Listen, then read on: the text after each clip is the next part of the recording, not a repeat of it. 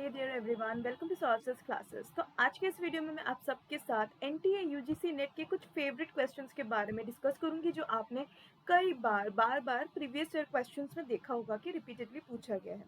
तो जो लोग इस एग्जाम के लिए प्रिपरेशन कर रहे हैं उनको बहुत अच्छे से आइडिया होगा कि एनटीए वालों को मैच द फॉलोइंग क्वेश्चंस या फिर ऑर्डर में अरेंज करने लायक ऐसे क्वेश्चंस बहुत पसंद है। तो इस वीडियो में आपके साथ 3 इंपॉर्टेंट मैच द फॉलोइंग जैसे क्वेश्चंस के बारे में डिस्कस करूंगी जो कि देखा गया है कि प्रीवियस ईयर क्वेश्चंस में रिपीटेडली पूछा गया है। तो पहला जो क्वेश्चन है आपके सामने है, आप देख सकते हैं जो लिस्ट 1 है, लिस्ट 1 में 4 थ्योरी दिए गए हैं और उनके रिलेटेड इकोनॉमिस्ट्स के नाम दिए गए हैं लिस्ट 2 में। इसका मतलब आपको इकोनॉमिस्ट के नाम इन थ्योरी के साथ मैच करने हैं। तो let's begin with the first one. तो पहला जो आप देख सकते हैं यहाँ पे है ऑप्टिमल इनकम टैक्सेशन। तो अगर हम यहाँ पे ऑप्शंस देखें तो यहाँ पे रामसे जो थर्ड है, तो 1 के साथ हम बोल सकते हैं कि 3 रिलेटेड है। जी हाँ, ऑप्टिमल इनकम टैक्सेशन रामसे ने दिया था। दूसरा जो है हमारा option economic theory of politics, तो ये जो है was given by Anthony Downs. So ये हो गया 3 के बाद 4। अब एक यहाँ पे टिप्स मैं देना चाहूंगी आपको इस टाइप ऑफ क्वेश्चंस के लिए। इस टाइप ऑफ क्वेश्चंस में जो एक डिसएडवांटेज हो जाता है लेकिन उसको हम एडवांटेज में बना सकते हैं, वो क्या है कि सारे चीजें आपको याद ना ही हो सकता है। मतलब यहाँ पे आप देख सकते हैं आपको 4 थ्योरी के बारे में पूछा गया है एक ही क्वेश्चन में। मतलब कि अगर क्या होगा कि अगर आपको एक थ्योरी याद नहीं हो और एक इकोनॉमिस्ट का नाम याद नहीं आए तो मैं क्या करूँ फिर। इसमें घबराने का कुछ नहीं है। जरूरी नहीं है कि ऐसे क्वेश्चंस में आपको हमेशा चारों की चारों या पांचों के पांचों जितने ऑप्शन दिए जाए आपको आना जरूरी है, क्योंकि हम लोग यहाँ पे ऑप्शंस का हेल्प ले सकते हैं। तो इस डिसएडवांटेज को हम एडवांटेज में टर्न कर सकते हैं। कैसे? तो देखिए, जो पहला है ऑप्शन वो हमें क्या चाहिए, आंसर में 3 चाहिए। तो अगर हम लोग अपना एलिमिनेशन टेक्निक यूज करें, जी हाँ, एलिमिनेशन मेथड, मतलब जो आंसर मुझे नहीं चाहिए उसको मैं कंसिडर ही नहीं करूंगी। तो मुझे 1 के लिए 3, मतलब पहला नंबर 3 चाहिए। तो अगर मैं ऑप्शंस देखूं तो ए, सी और डी तीनों में ही क्या है, 3 है। तो इन तीनों में से कुछ भी हो सकता है लेकिन बी हरगिज नहीं होगा, क्योंकि 1 के साथ 2 is not related. So I will not pay attention to the option b. अब अगर मैंने देखा कि मुझे सेकंड का क्या है, 4th चाहिए, तो 3 के बाद I need 4, which automatically means A and C is cancelled and my answer is D. So yes, the correct answer is D. Now obviously यहाँ पे हम लोग सीख रहे हैं तो मैं यहाँ पे आपको सिर्फ आंसर बता के आगे नहीं बढ़ जाऊंगी, चारों के चारों के बारे में अलग से डिस्कस कर दूंगी।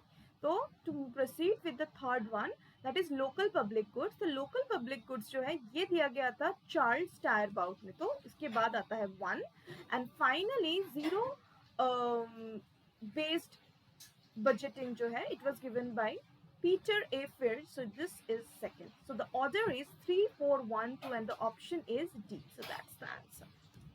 अब हम लोग मूव करते हैं नेक्स्ट क्वेश्चन की तरफ। तो नेक्स्ट में एक और क्वेश्चन है, that is again about match the following. तो यहाँ पे लिस्ट 1 में कुछ माइक्रो इकोनॉमिक थ्योरी दिया गया है और लिस्ट 2 में उसके रिलेटेड कुछ कॉन्सेप्ट्स दिए गए हैं। मतलब यहाँ पे आपको माइक्रो इकोनॉमिक थ्योरी के बारे में आइडिया होना चाहिए और उनसे रिलेटेड कॉन्सेप्ट्स के बारे में आइडिया होना चाहिए।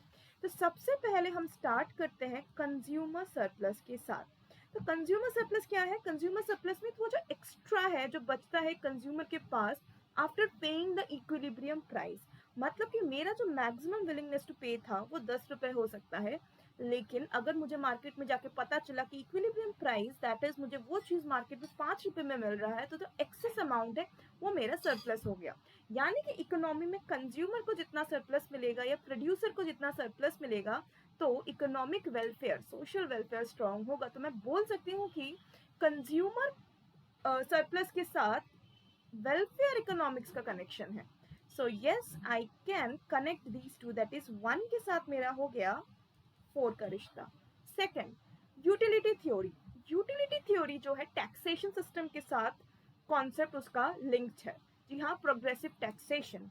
तो आप यहाँ पे देख सकते हैं कि जो यूटिलिटी थ्योरी है उसके साथ प्रोग्रेसिव टैक्सेशन का भी हम लोग कनेक्शन बना सकते हैं। तो बी का हो गया हमारा अगेन 3। तो फिर से हम लोग एलिमिनेशन मेथड देख लेते हैं कि इसका मतलब मैं ऑप्शंस में देखती हूँ 4 और 3 एक साथ कितने में है। पहला देखिए ए, 4 और 3 है, मतलब ए इज पॉसिबल। बी में देखिए 4 और 3 है, मतलब बी इज ऑल्सो पॉसिबल। लेकिन सी और डी बिल्कुल भी नहीं होगा। लेकिन यहाँ पे एक ट्विस्ट है कि आपको 1 पहले आएगा या 2 पहले आएगा 1, मतलब ऐसे क्वेश्चन में आपको चारों भाग के बारे में नॉलेज होना जरूरी है। तो यहाँ पे कॉस्ट एनालिसिस की बात करें अगर सी में अगर हम लोग देखें तो कॉस्ट एनालिसिस में फिर क्या हो जाता है, कॉस्ट एनालिसिस मतलब कि एक फर्म जो है वो सप्लाई या किसी चीज का डिसीजन लेने से पहले कितना उसको प्रोडक्शन करना है, कितना the firm wants to sell और सप्लाई, तो ये डिसीजन ऑब्वियसली कॉस्ट एनालिसिस पे बेस्ड होगा। सो आई कैन से कि कॉस्ट एनालिसिस का रिश्ता सप्लाई डिसीजन के साथ है, तो सी का रिश्ता हम एक से जोड़ते हैं तो C and 1 is related. So now this is 1। अब हमारे पास हमारा आंसर है, मतलब कि 4 3 1। लास्ट वाला चेक करने की भी जरूरत नहीं है, तो आप आराम से बोल सकते हैं कि 4 3 1 यानी कि option A he correct answer है। लेकिन फिर भी हम लोग थोड़ा जान लेते हैं यहाँ पे प्रोडक्ट डिफरेंशिएशन, यानी कि प्रोडक्ट डिफरेंशिएशन जो होगा हमारा यहाँ पे क्या हो जाएगा, प्रोडक्ट डिफरेंशिएशन हमारा आर्ट ऑफ एडवर्टाइजमेंट के साथ हम लोग उसको रिलेट कर सकते हैं। कैसे, लक्स साबुन और डेटॉल साबुन। अब लक्स साबुन वाले आपको बोलेंगे कि आप लक्स का साबुन लेंगे तो इसमें रोज पेटल है, इसमें से बहुत सुंदर खुशबू आएगा, तो आपको मतलब कन्विंस करेंगे अगर आपको खुशबूदार साबुन चाहिए तो you should opt for lux, लेकिन अगर आपको बैक्टीरिया से छुटकारा चाहिए तो you should opt for Dettol. तो सोप ही है, लेकिन उसको प्रोडक्ट डिफरेंशिएशन किस हिसाब से किया गया है, फ्रेगनेंस एंड बैक्टीरिया। तो एडवर्टाइज करके आपको ये समझाया जा रहा है कि दोनों प्रोडक्ट में फर्क है। तो हम बोल सकते हैं कि आर्ट ऑफ एडवर्टाइजिंग और प्रोडक्ट डिफरेंशिएशन का भी रिश्ता है, तो डी के साथ हो गया 2। और very conveniently now I can say that a is my correct option where the order is 4 3 1 and 2। तो इसी के साथ हमने आज फिर 2 क्वेश्चंस पढ़े। तो आज का इस वीडियो में लास्ट क्वेश्चन जो मैं आपके साथ डिस्कस करूंगी that is again on from macro economics money supply, और ये बहुत ही फेवरेट क्वेश्चन है। अब इंटरेस्टिंग बात ये है कि हम लोग कैसे पढ़ेंगे, एक क्वेश्चन को जब हम पढ़ेंगे उसका रिलेटेड और वैरायटी कितने क्वेश्चन आ सकते हैं उसको भी हम ट्राई करेंगे सॉल्व करने की। फॉर एग्जाम्पल आप यहाँ पे देख सकते हैं, यहाँ पे components of money supply M1 M2 M3 M4 की बात की गई है। यहाँ पे आपको उसके फॉर्मूलाज मतलब कि इनके डेफिनेशंस के अकॉर्डिंगली आपको लिस्ट 1 और लिस्ट 2 में मैच करने के लिए बोला गया है। लेकिन यहाँ पे और भी 2 तरीके के क्वेश्चंस आ सकते हैं कि इनमें से नैरो मनी कौन सा है, ये पहला। और दूसरा वैरायटी है कि लिक्विडिटी प्रेफरेंस के हिसाब से आप इनको ऑर्डर में सजाइए। अब लिक्विडिटी का क्या मतलब है, liquidity liquid money, currency, cash, कौन सा फॉर्म है जहां हमें इजीली मुझे चीजें कैश में मिलेगा या करेंसी वाले फॉर्म में मिलेगा, वो हो गया सबसे लिक्विड फॉर्म। उसके बाद जो से कम लिक्विड, उससे कम लिक्विड, और आखिर में जो सबसे ज्यादा टाइम लेगा टू गेट द कैश और द अमाउंट यू हैव, वो हो जाएगा हमारा लास्ट में। तो ये हो गया हमारा ऑर्डर। तो पहले हम लोग डेफिनेशन समझते हैं, फिर हम लोग उसका ऑर्डर भी समझ लेंगे। तो एक ही क्वेश्चन से हम 3 टाइप ऑफ क्वेश्चन जो कि तीनों ही एनटीए यूजीसी का बहुत फेवरेट क्वेश्चन है वो हम लोग सीख जाएंगे। तो हम लोग शुरू करते हैं M1 से। तो M1 जो है हमारा और M2 जो है हमारा, इन दोनों को ही हम लोग बोलते हैं नियर मनी। नियर मनी मतलब कैश या मनी के बहुत जो पास है, एकदम से कैश जहां से हमें इजीली मिल जाएगा, तो नियर मनी। और सारे टाइप्स ऑफ मनी जो हमें आज मिले या कल मिले, टोटल मिला के जो मिलेगा वो हो जाता है broad form of money, broad money. तो M3 और M4 को हम लोग बोल सकते हैं हमारा है ब्रॉड मनी। ओके, सो ये तो हो गया एक टाइप ऑफ क्लासिफिकेशन, मतलब ऐसा क्वेश्चन आए तो आप अब आंसर दे सकते हैं। दूसरा है कि अभी ये जो नियर मनी ब्रॉड मनी तो ठीक है, लेकिन तो हम लिक्विडिटी के बेसिस पे इसको कैसे सजाए कि सबसे ज्यादा लिक्विड फॉर्म कौन सा है और सबसे लीस्ट लिक्विड फॉर्म कौन सा है।